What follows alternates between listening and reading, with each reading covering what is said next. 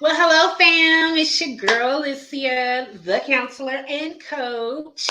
I am coming to you live today. We are going to talk about communication. So, while we are here together, it is just me, yes, but Candy J will be with me later. You know, we that dynamic duo. We got to always do it together. But I wanted to come and talk to you guys today about effective communication and how to effectively communicate. So, first things first, let me tell you a little about myself, and then I want to know a little about you, like where you at, where you are, who you are. Shout out where you are watching this live from today. So, I'm Alycia Mitchell, MAC, Masters of Arts in Counseling. I am a relationship coach and Christian counselor. I am an ordained minister. I am a wedding officiant. I am a premarital counselor. I work with couples, family, youth, mothers, you name it. I'm probably already doing that. So if you need some help, get at your girl. All right, I work for Candyology Coaching Services, located in the beautiful city of Arlington, Texas. If you need us, please contact us at candyologycs.com. All right, so let's jump into this. First, don't forget to let me know where you are watching this live from and if you have any questions about communication, okay? So let's start. Be an engaged listener. So, when people think of communicating, the first thing they think about is what they're going to say, how they're going to say it, the words they're going to say. But communication key is about listening, right? Making sure that you are effectively listening to the other person that you're talking to. If you're not listening to what they're saying, then you're actually blocking or setting a course to block out the full communication. So actually listening effectively and being engaged in the conversation actually makes you a better communicator. If you are not taking the time to be engaged in the listening process, actually taking notes. I'm a note taker, so I really make sure that I try and process what you're saying. And sometimes I may need to jot a note down, like, okay, this is what you said. Is that what I'm hearing? I always ask clarifying questions. It's really a big thing for me. I know that this sometimes gets on people's nerves. I'm like, okay, so I'm hearing that you said this. Is that what you said? That's being engaged in the listening process because you are telling that person that this is what you're hearing from them. These are the words that you heard. And now you're trying to bring it back to make sure that is what you're saying to me and that I am effectively listening to you. Right? So that's key. Making sure that you're an engaged listener. So, number two, express yourself. Now, please understand that in expressing yourself, it's not for you to just lash out and just say whatever you want to say, right? You have to understand your communication style. For instance, this is something that I had to learn and am still working on because I have to learn how I communicate and what my communication style is, right? Um, but because I am an Aries, okay, I am a very blunt communicator. Does that make sense?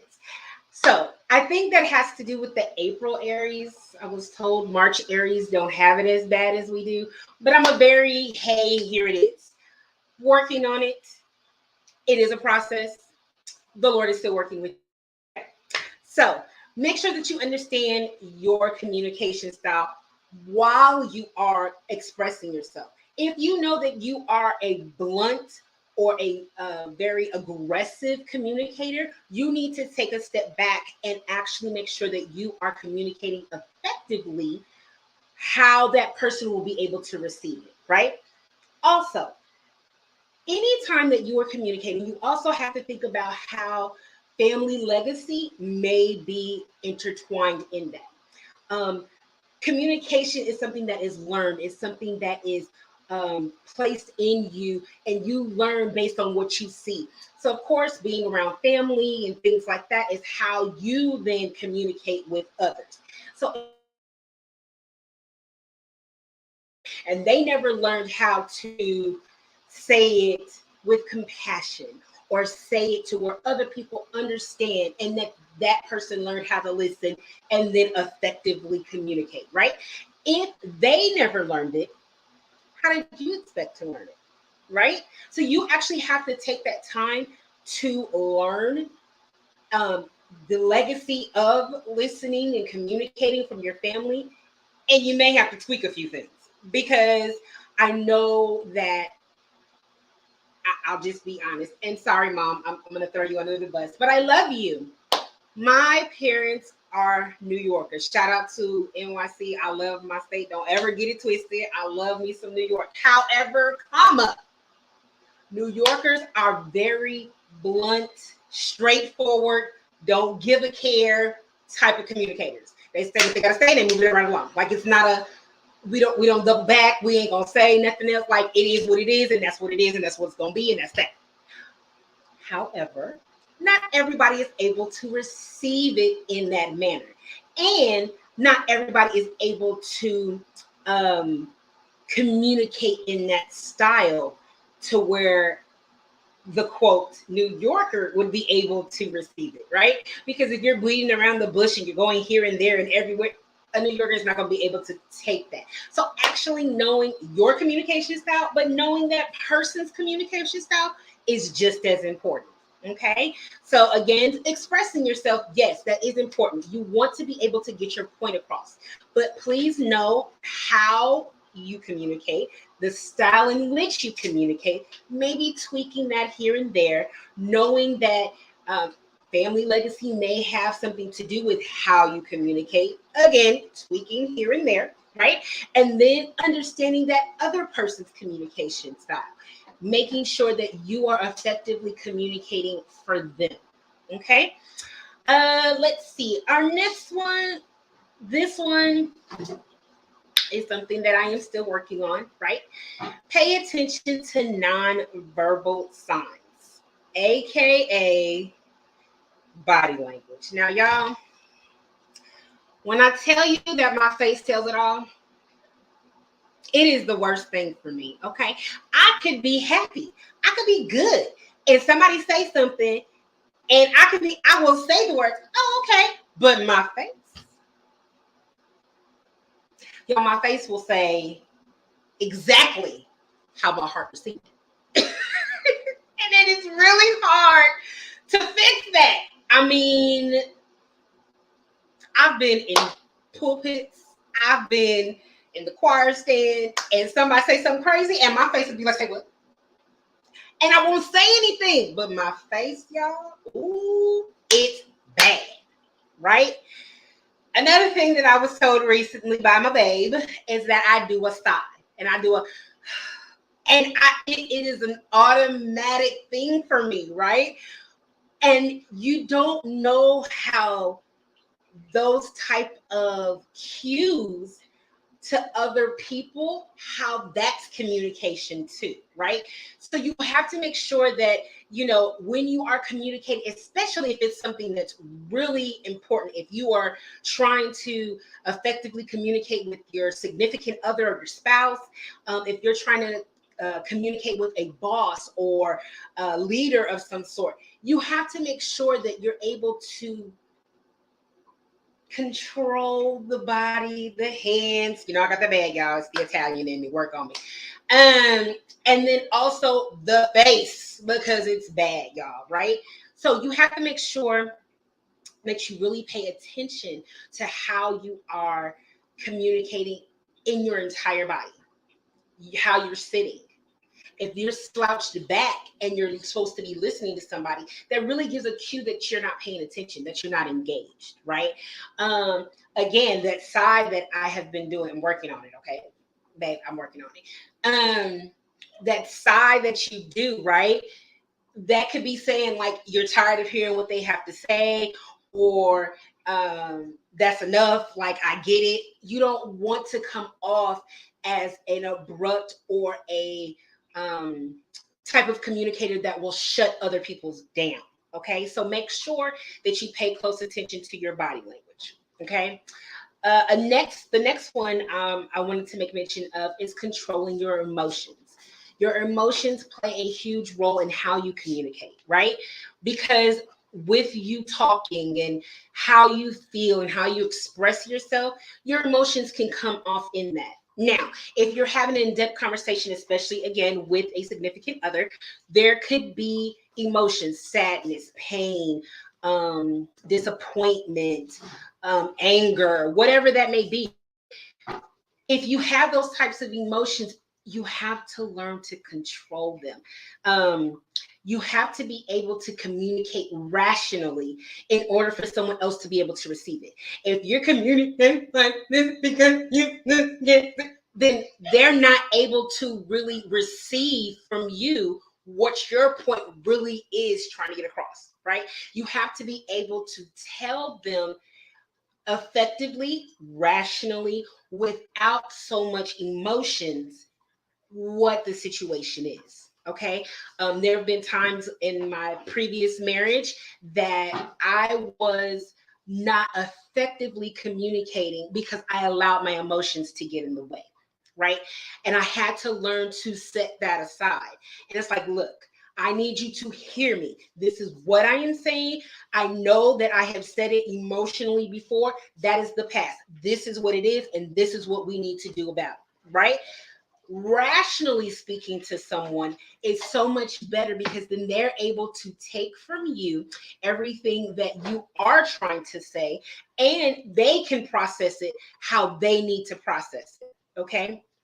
This next one is a big one that I am still working on. Please know that counselors are not perfect, okay? We are a work in progress, just like you are a work in progress, right? You need to know that we work on these same skills, just like we are trying to get you to work on these same skills, okay?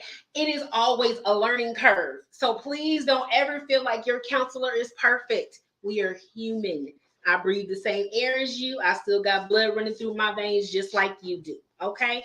So this last one that I wanted to make mention is make intentional language choices. Now, what do I mean by that? You should not be flying off the hinge using cuss words, even though sometimes those, it's needed.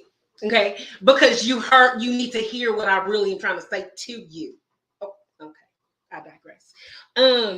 However, comma, you need to have intentional language choices. You need to make sure that when you're communicating, that you are ensuring that the words that you're using are not above where that person may be.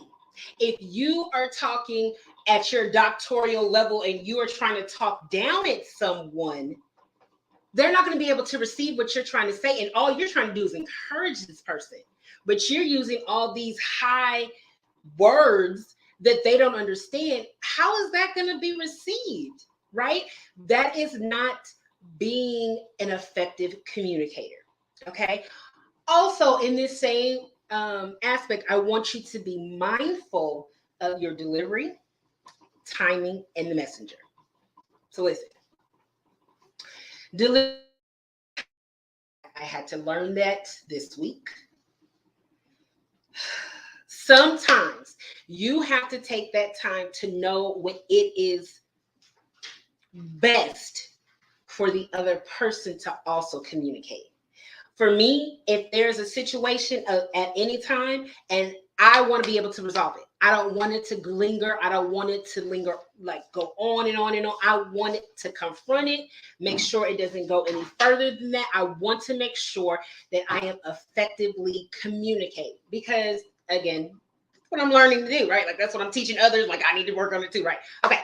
But for the other person, if they need time to process and they need time to make sure they understand what was taking place and how it really made them feel and they're processing through their emotions, and they're not ready to really talk about it, if you press the issue, it can then lead to an argument that was not necessary, right? Like you not giving them enough space to really process for themselves, that can actually lead to a very detrimental part in your relationship where you could have allowed that person to have time, process through, and then come together and discuss. Now, the Bible does say to not let, wrath go down, like don't be angry and then let it go to the next day and, all that stuff. And that is true. You should not let anger go into the next day, that you should communicate with each other, right? There is time that you need to also allow each other that time to effectively process too. Like communication is one thing, but processing it is another, right? Like you need to be able to allow each other time to process through. Timing is everything. Delivery. If you know that person is not good with receiving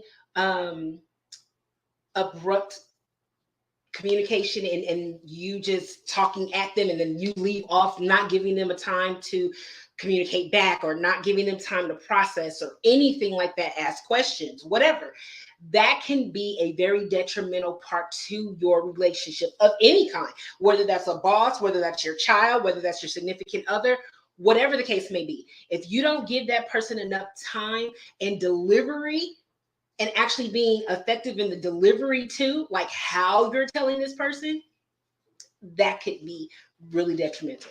Okay. And then again, the messenger. Everyone always says don't shoot the messenger, right?